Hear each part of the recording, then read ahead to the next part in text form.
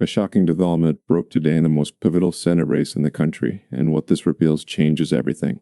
Within hours of Senator Serena Colton's reelection announcement in Maine, a packet of internal material surfaced official-style records, contemporaneous notes, and sworn statements that were never meant to be read together.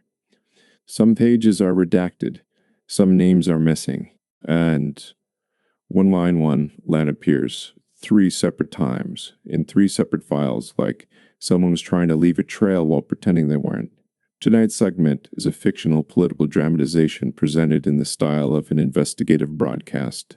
Before we go further, subscribe right now, because what you're about to hear is not being explained clearly anywhere else, and once you hear the timeline laid out, you can't unhear it. Now, let's get into what happened today and why the timing matters. At 9:12 a.m., Senator Serena Colton stepped in front of a row of flags in Portland and announced she's running again.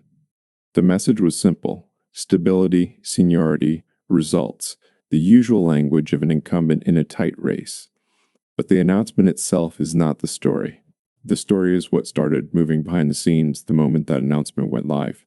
Because at 10:03 a.m., this ran an hour later, an envelope was logged to the reception desk of a legal office in Augusta.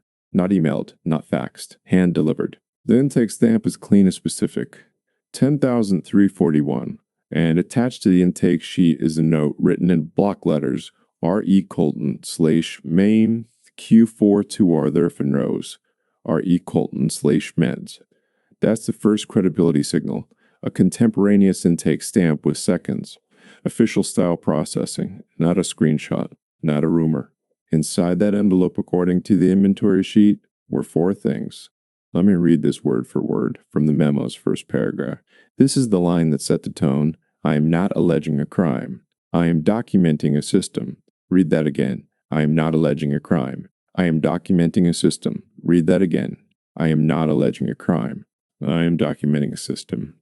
And then it immediately narrows in on what the writer calls the reelection architecture, the scaffolding around the public campaign that, if the memo is authentic within the world of the story, was built months before the public was told anything. Now, here's where the timeline reconstruction begins. The memo includes a table. The table is labeled Q4 ACESEP Wild /Q1 Transfer /Q2 Announcement Cover. And under that are dates, precise dates. That's not a normal list you'd see in public campaign planning. Suppression modeling, message firewall, validators, contingency triggers. It reads like something designed to look compliant while pushing right up to the edge of what people tolerate.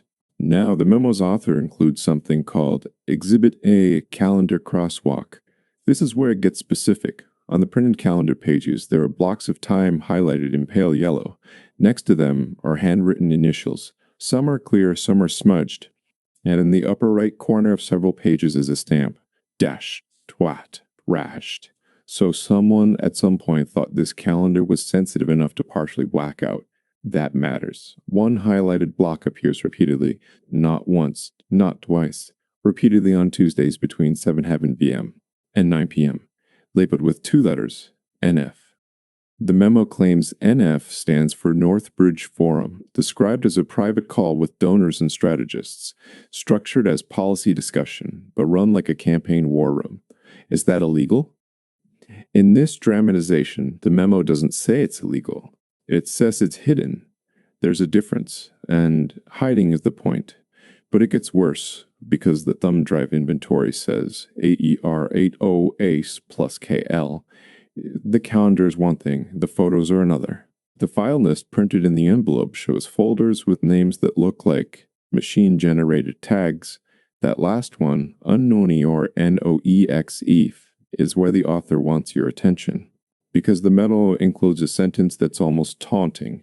When the metadata is gone, you have to ask who wanted time to disappear. You have to ask why. Now let me describe 3 of the images as listed in the memo's photo index, because the descriptions are detailed enough to feel like someone stared at these photos for a long time. Photo 1, Jetport Hangar. The memo says it shows a private hangar area at the Portland International Jetport. The background contains a white aircraft tail with partial numbering intentionally blurred in the printed version, not by camera blur. The foreground shows a person in a dark coat holding a folder with a bright red stripe on the edge. The face is missing, cropped out, not blurred. Cropped.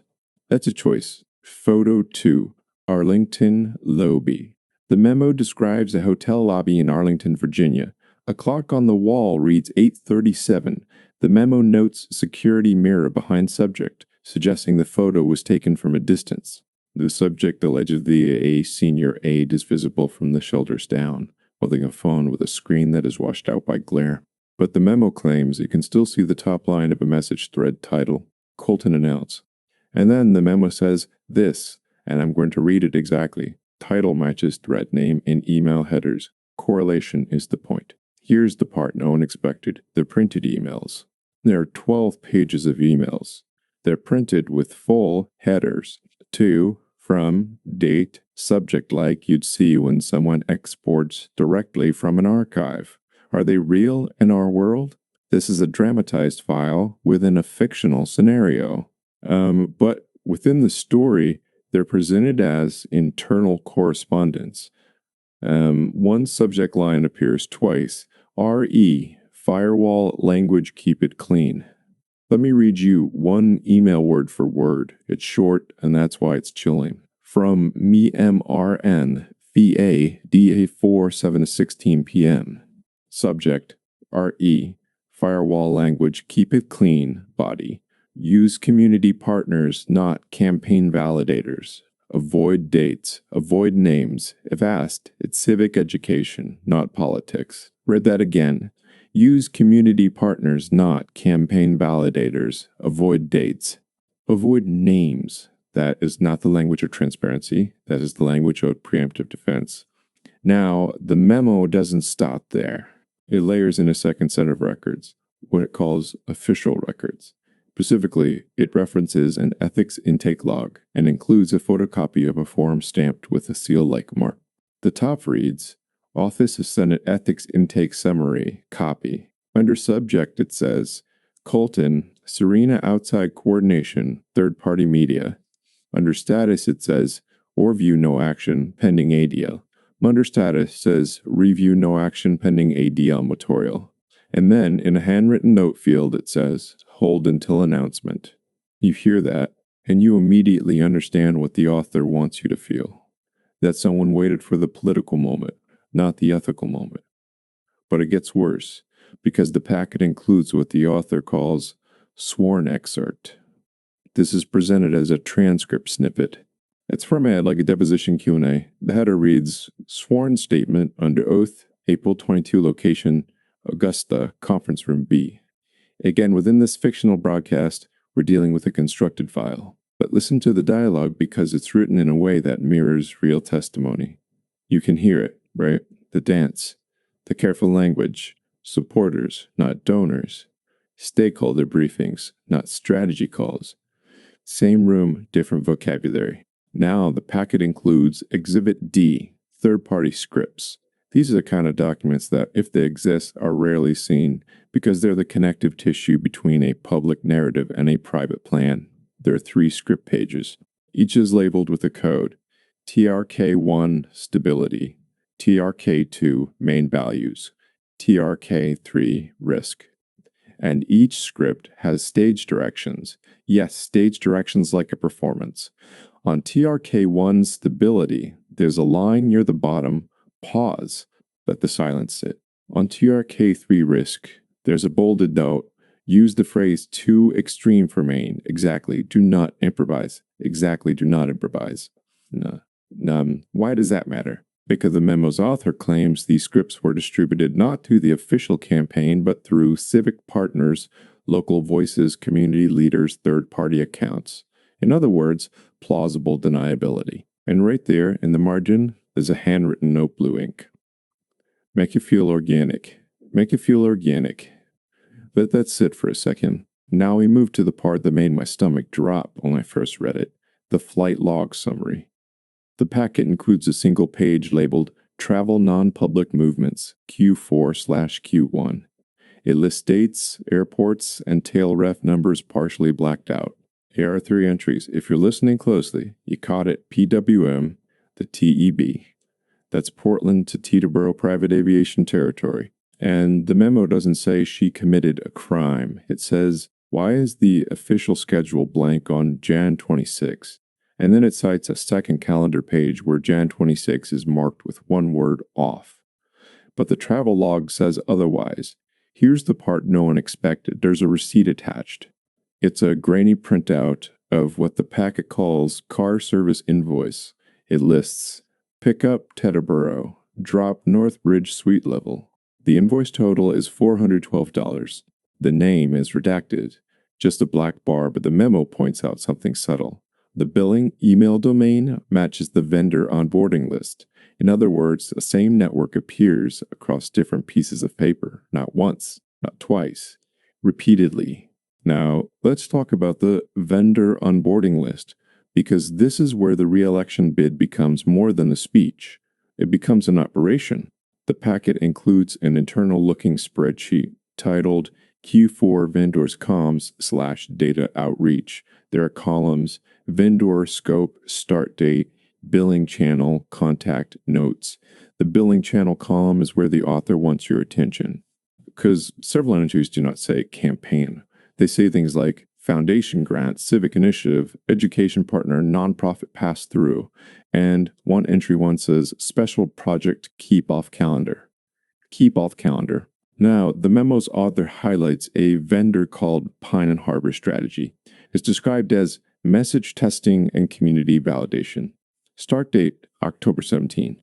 Contact, a name that's partially redacted, Jung Kiem. And in the notes, direct line to NF. Again, that NF. Now remember the testimony excerpt. The witness said they heard the phrase Northbridge Forum.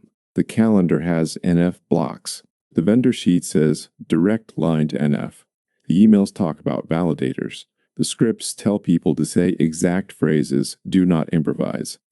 This is a system, that's the word the memo used. But it gets worse, because the packet contains something that reads like a prosecutor's memo, except it isn't labeled that way.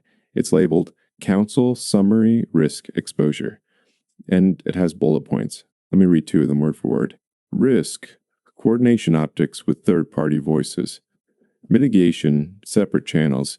Use civic framing. Avoid written linkage. And then risk, discovery of calendar crosswalk. Mitigation, redact security, calendar crosswalk. Mitigation, redact security, remove sensitive blocks, maintain plausible deniability. Remove sensitive blocks. If you're still thinking this is just aggressive politics, ask yourself what honest planning requires. Redacting blocks after the fact. Now we reach the section called Missing Faces.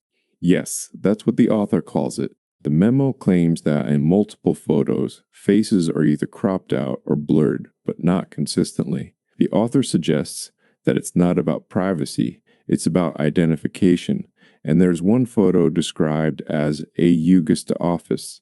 The memo says it shows a conference table with paper spread out. On one page is a large printed header, Ann Osman version C. On another is a list of names under validators. Most names are blacked out, but two are not. The memo says the two unredacted names are local and safe, implying the redaction was selective. Selective redaction is a tell. Then the memo points to a sticky note in the corner of the table. The sticky note reads, "Delay until ethics file cools. Delay until ethics file cools." Read that again. Delay until ethics file cools. Read that again. Delay until ethics file cools. If that line exists, it's not about policy, it's not about Maine. It's about timing around oversight. Now here's the courtroom-style moment in the packet, what it calls hearing note under oath. The author claims there was a closed-door ethics hearing. The notes are formatted like contemporaneous notes. Short phrases, arrows, underlines, timestamps. It includes, room goes quiet. That phrase is in the notes. And it matters because whoever wrote these notes wanted you to feel the temperature change the moment the euphemism stopped working. And then, at the bottom of the page is a final line. Recommendation, no finding insufficient written linkage. No finding. Insufficient written linkage. So what does the memo imply? It implies the system was built to avoid linkage, not to avoid wrongdoing linkage. Now, I'm going to say a line that should be said more often. In moments like this, I'm not making accusations. I'm reading what's in the file. Within the world of this dramatization, the file paints a picture, a re-election bid that is publicly calm and privately mechanized, with language engineered to sound civic while functioning as political control. Now let's shift from the paper to the pattern, because evidence without interpretation is just noise. Here's what the pattern looks like. First, parallel tracks. On one track, you have the public-facing re-election narrative, steady hands, bipartisan tone. Maine first. On the other track, you have internal correspondence that talks like a compliance manual for persuasion, validators, firewalls, avoid dates, avoid names, do not improvise, make it feel organic. Second, timing around oversight. Hold until announcement. Delay until ethics file cools. No finding insufficient written linkage. That is a strategy of sequencing, not transparency. Sequencing. Third, a deliberate absence. Missing metadata, cropped faces, blank days on the schedule, redacted blocks. The most important meetings labeled as 2 letters NF as if their goal is to make the calendar unreadable to anyone who doesn't already belong. And you have to ask why. If this were anyone else, if this were a first-time candidate or a political newcomer, would the benefit of the doubt come so easily? Or would the headlines scream about shadow networks and dark money architecture? Short sentences now, because they land harder. Words matter. Labels matter. Who pays matters. Who speaks for you matters. And when you see civic education used as a shield for coordinated messaging, you're not looking at democracy. You're looking at branding with legal cover. This isn't about one document. It's about behavior. Because the most revealing thing in this packet isn't the flight log or the scripts. It's the mindset. The mindset that says the public gets one story and the real story lives in redactions. Now, I want to be careful here. Even in a dramatized